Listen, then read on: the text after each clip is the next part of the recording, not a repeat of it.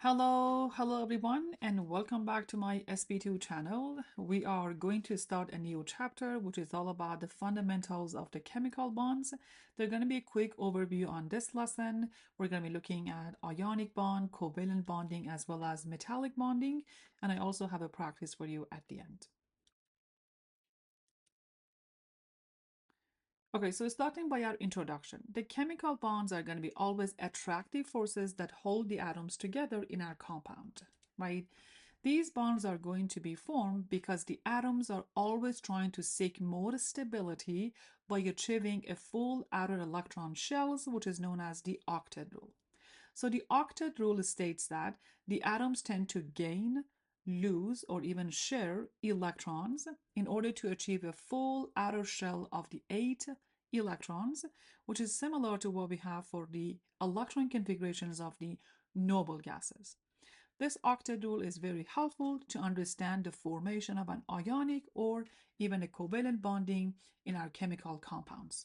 Okay, so as we said, there are going to be three main types of chemical bonds. We have the ionic bonds, the covalent bonding, as well as metallic bonds. So the next three slides are going to be a quick overview on all of these three bonds. Okay, so looking at the next page. Okay, so starting by ionic bonds, this is the one that typically happens when we have transferring of electrons from one atom to another one.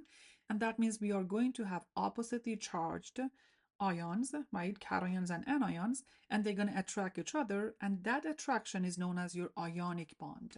Okay, so this would typically happen if you have a metal and a non-metal. For example, if you look at something like sodium chloride, sodium is a metal that is going to donate an electron to chlorine, and it's going to make chloride. So we have sodium and chloride ions that are attracting each other, and that will be our ionic bond, right? Or another example is magnesium oxide. Magnesium is a metal and is going to give away its electron, right? That's our cations.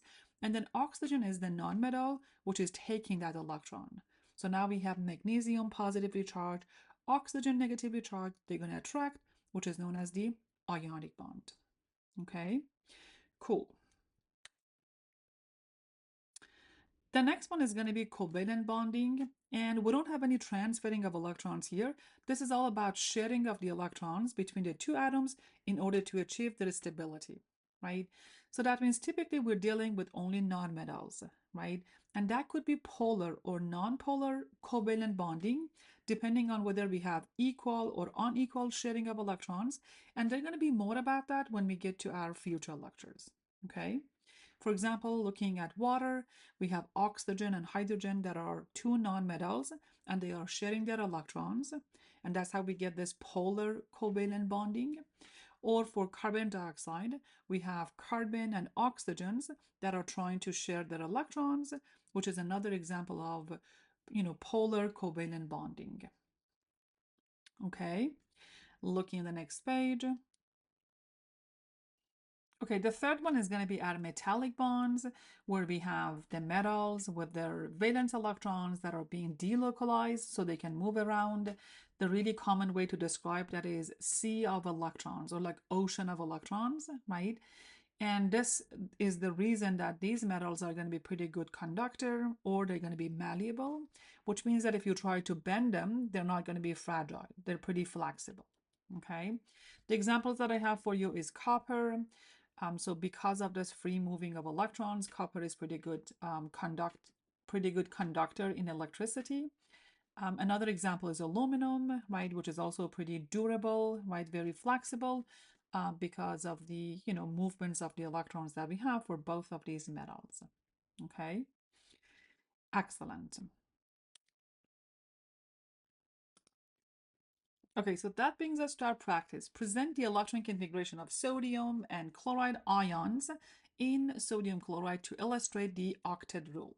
So I'm going to start by sodium, just the atom, where we have 11 electrons, and that will be 1s2, 2s2, 2p6, and then I have 3s1. All of these 10 electrons that I have at the beginning, they're going to be my core electrons, and I can go by the previous noble gas, which is going to be neon, right? And then I have 3s1. So if I'm trying to make sodium plus, the cation, then I need to lose an electron. So the 3s electron is gone, and that will be only neon. And yes, it is a closed shell configuration, which is exactly what I have for the octet. Next one is going to be for chlorine, where we have 17 electrons.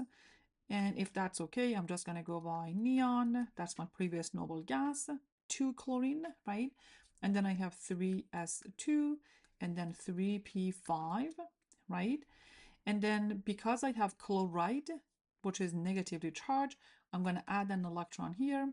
That will be 3p6, right? Which is exactly what I have for my noble gas configuration. And that is argon, right? So yes, both of these are reaching to their closed shell configuration by exchanging their electron, right? Now we have positive, negative charges that are attracting each other, which is exactly what we have for the stability of these ionic compounds. Okay, I hope that makes sense. Thank you very much for watching this video. If you like it, give it a thumbs up. If you have any questions, you can comment it below. And I'll see you soon on the next video. Bye-bye for now.